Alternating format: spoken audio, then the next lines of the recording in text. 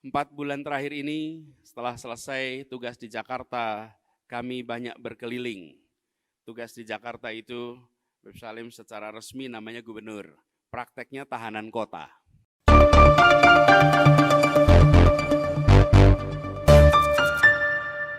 Assalamualaikum warahmatullahi wabarakatuh. Salam seger waras Om Ben. Mungkin nggak banyak yang menyadari bahwa bisa jadi Pak Anies itu sendiri maupun elit dan kader PKS. Publik pun tidak banyak memperhatikan. Ada satu kalimat yang makin membuat saya berkesimpulan. Pak Anies memang tidak layak menjadi bakal capres. Pak Anies mengatakan kalau selama 2017 hingga 2022 secara resmi itu Gubernur DKI Jakarta. Prakteknya tahanan kota karena tidak bisa pergi kemana-mana. Masya Allah, itukah orang yang kalian mau jadikan pemimpin? Pernyataan itu disampaikan oleh Pak Anies langsung sewaktu berpidato dalam Rakernas Partai Keadilan Sejahtera. Kalimat itu disampaikan saat membaca teks pidato. Artinya kata-kata itu keluar begitu saja. Yang bisa jadi Allah melepas kontrol dirinya. Membahayakan sekali Pak Anies ini. Mengibaratkan gubernur dengan tahanan kota. Senista itukah jabatan gubernur DKI? Setersiksa itukah Pak Anies saat menjadi pemimpin Jakarta? Demi apapun, kata-kata itu keluar dengan sendirinya. Tanpa kontrol. Artinya secara kejiwaan memang dia tertekan. Tertekan oleh siapa? Oleh hawa nafsunya. Oleh ambisinya. Oleh egonya. Yang menyatakan dirinya tahanan kota adalah nuraninya. Akal sehatnya. Kita semua tahu. Pak Anies mencalonkan gubernur tidak dipaksa siapa-siapa. Pun jabatan yang diperebutkan itu gubernur ibu kota. Bukan provinsi yang berada di NTT. Atau bahkan Gorontalo, Sulawesi Barat atau Kalimantan Utara. Mereka pendapatan daerahnya hanya 1-3 triliun. Sementara DKI Jakarta 63 triliun. Sekali lagi, Pak Anies merasa sebagai tahanan kota. Padahal uang yang digunakan untuk mencalonkan diri sebesar 92 miliar adalah uang orang lain. Dengan jaminan Pak Sandi dan tidak harus mengembalikan. Luar biasa tidak beradabnya Pak Anies. Seorang tahanan kota dengan fasilitas yang luar biasa. Dan kita tahu, orang yang berada di tahanan mayoritas adalah orang-orang jahat. Memang ada tahanan politik. Tetapi Indonesia sejak dijabat Presiden Gus Dur melepas semua tahanan politiknya. Yang berada di dalam penjara ya penjahat kriminal atau penjahat kerah putih alias para koruptor. Jadi Anda termasuk penjahat yang mana Pak Anies? Tahanan kota yang menaiki mobil berplat B1 DKI, merek Lexus, tipe LX 570, seharga 1,3 miliar. Dengan mendapat gaji 8 juta rupiah per bulan, tapi masih mendapat anggaran operasional setidaknya 5 miliar satu bulan, Pak. Yang sesuai dengan peraturan pemerintah nomor 109 tahun 2000. Anggaran operasional tidak perlu pertanggungjawaban. Kemana hati nurani? Maupun akal sehat Pak Anies dengan mendapat segala kemewahan.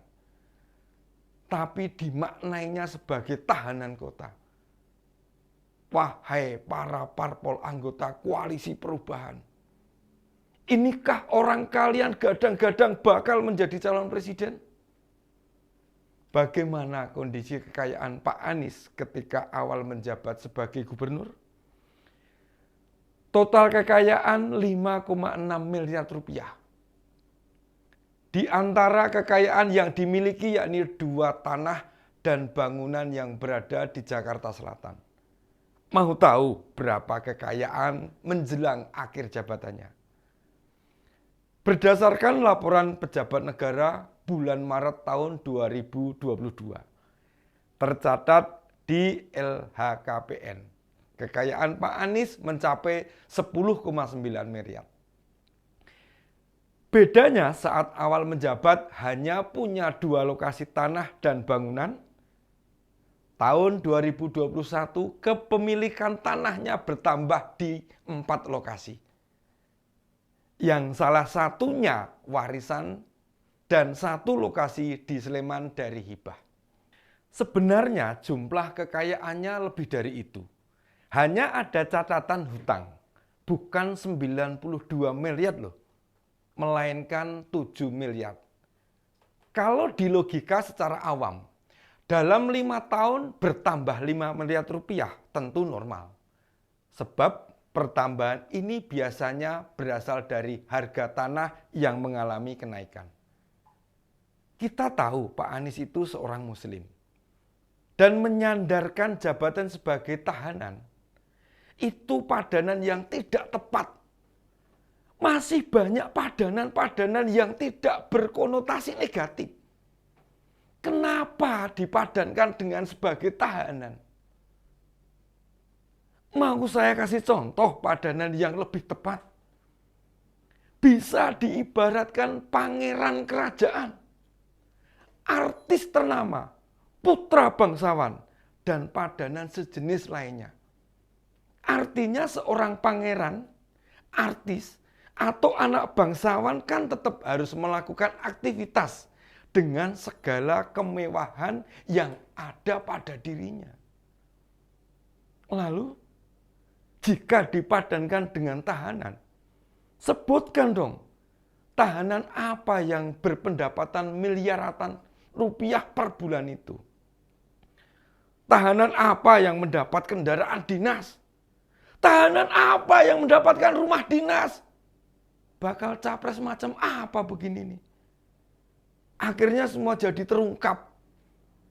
Jabatan bagi Pak Anies itu bukan amanah, bukan tanggung jawab, bukan perjuangan, apalagi mensejahterakan masyarakat.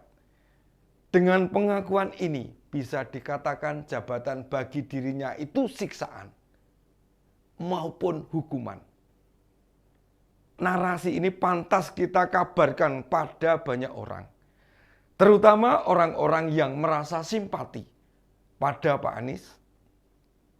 Ini bukan hoax, ini fakta. Kalau ada yang tidak percaya, tanya ke yang hadir di Rakernas PKS. Ini bukan ucapan pertama kali Pak Anies loh.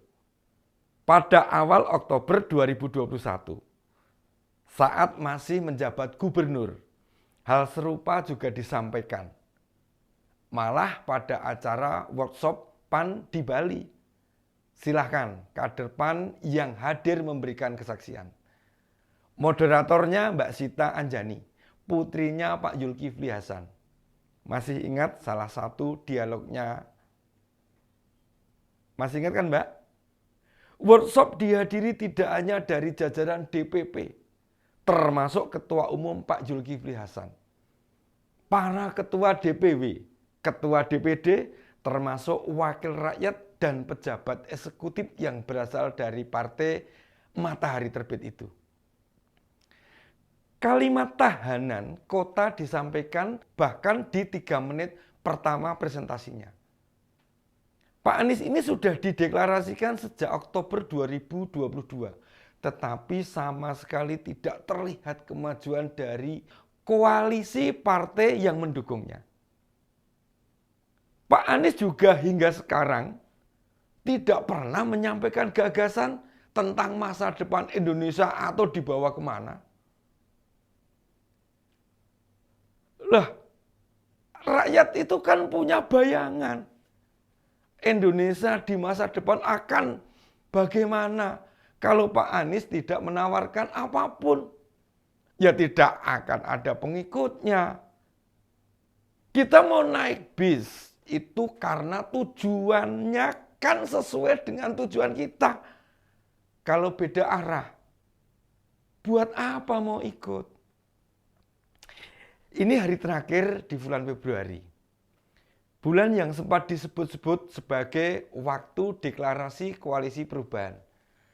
Nyatanya pengumuman itu ya tinggal janji semata. Bayangkan, apa pernah Pak Anies meminta secara jelas kapan deklarasi para parpol pendukungnya? Atau berbicara siapa saja kandidat bakal wakil presiden yang bisa dipertimbangkan? Atau selama ini memang tidak pernah berbicara nama? Karena seperti yang diungkapkan Pak Fahri Hamzah, Bohirlah yang menentukan siapa bakal yang mendampingi Pak Anies kelak. Saya kira Pak Sandiaga Uno jelas tidak akan pernah lagi bersedia menjadi pendamping Pak Anies. Kalau di DKI saja 92 miliar uang Pak Anies itu melayang, Pak Sandiaga melayang. Bagaimana jika bertarung di Pilpres nanti? Demikian opini Om Ben hari ini. Assalamualaikum warahmatullahi wabarakatuh.